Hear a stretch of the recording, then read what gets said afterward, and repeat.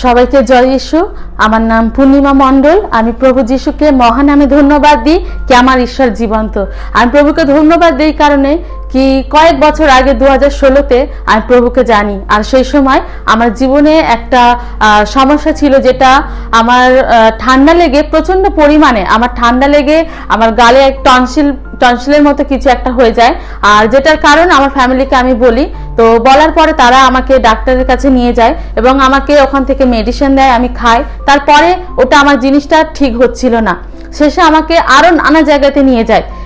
নিয়েতে আমাকে পুরো একটা বছর ধরে আমার পরিবার আমার সাথে হসপিটালে আমরা যাতায়াত করি। আর সেখানে যেতে আসতে শেষে আমাদেরকে ডাক্তার বলে দিল কি আমাকে অপারেশন করতে হবে। তো অপারেশন করার পরে আবার আমাকে বললো কি 6 মাস পরে যেন আমি গালে আমার এক্সরে হয়, আর সেটা দেখবে তারা কি ওটা আছে কি নেই। তো আবার আমাকে কি করে না, আবার সেই গালের জন্য আমাকে এক্সরে করা হয়। আর এক্সরে করার পর আবার সেই জিনিস সেখানে দেখা দেয়। এমনি করতে করতে আমি 3 বার অপারেশন হয়েছি। 3 বার অপারেশন হওয়ার পরে ডাক্তার বলে দিয়েছে কি আমার গালেতে ক্যান্সার হয়ে গেছে। আর তারা এরকম যখন বলে দেয়, আমার পরিবার প্রচন্ড পরিমাণে তারা ভেঙে যায় এবং আমি নিজেও কষ্ট পাচ্ছি, কিন্তু তাদের কাছে আমি প্রকাশ করি না। কিন্তু ঈশ্বরকে ধন্যবাদ দিই, ঈশ্বর সেই সময় যদি ঈশ্বরকে জানতাম না, কিন্তু সত্যি ঈশ্বর ছিল বলে আজকে আমি জীবিত আছি। তো হঠাৎ সেই দিন যখন ডাক্তার এরকম বলে দেয়, আমরা অনেকটা ভেঙে পড়ি কি করব, কোথায় যাব।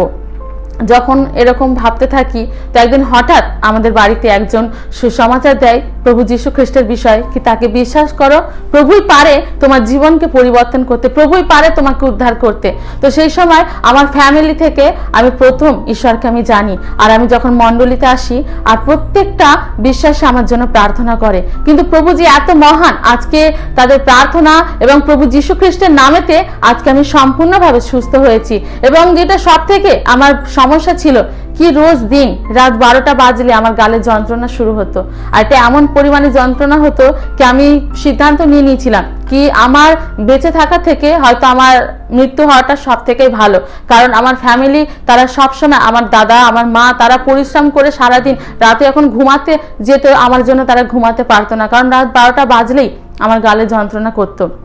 কিন্তু আমি সেই সময় নিজেকে তাদের কাছে আমি নিজেকে প্রকাশ করতাম না। আমি মুখটাকে চেপে সবসময় আমি কাঁদতাম। আর সিদ্ধান্ত, যেহেতু আমার সামনে আমি জানতাম আর কোনো রাস্তা নেই, তো আমি ভাবতাম আমার বেঁচে থাকার থেকে মরে যাওয়াটা সব থেকে ভালো। কিন্তু আমার ঈশ্বর মহান, ঈশ্বর এতটাই মহান কি সেই দিনের পরে থেকে যখন আমি প্রভুকে প্রথম জানি আর মণ্ডলীতে আসি, সেই থেকে আজকে আমার গালেতে ব্যথার যন্ত্রণা কিছু নেই। এবং যদিও তোমরা দেখতে পাচ্ছ আমার গালে যে ফোলাটা, এটা কিন্তু এরকম ছিল না, আরো বড় ছিল।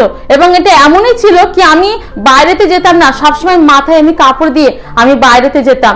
আমি যদি বাইরেতে আমি যাচ্ছি, সবসময় আমি লজ্জাইতে থাকতাম কি ওরা আমাকে দেখে হাসছে, আমাকে কেমন দেখতে লাগছে, আমি সবসময় এরকম ভাবতাম। আর আমি বাইরেতে বেরাতাম না। কিন্তু আজকে যখন আমি প্রভুকে জেনেছি, আমার ঈশ্বর আজকে আমার জীবনের প্রত্যেকটা বন্ধ দরজাকে ঈশ্বর খুলে দিয়েছে। তাই মহান আমি ঈশ্বরকে কোটি কোটি ধন্যবাদ দিই কি আমার ঈশ্বর জীবন্ত ঈশ্বর। এবং আমি বিশেষ করে প্রভুকে ধন্যবাদ দিই কি আজকে আমার ক্যান্সার নেই, আজকে আমি সম্পূর্ণভাবে সুস্থ।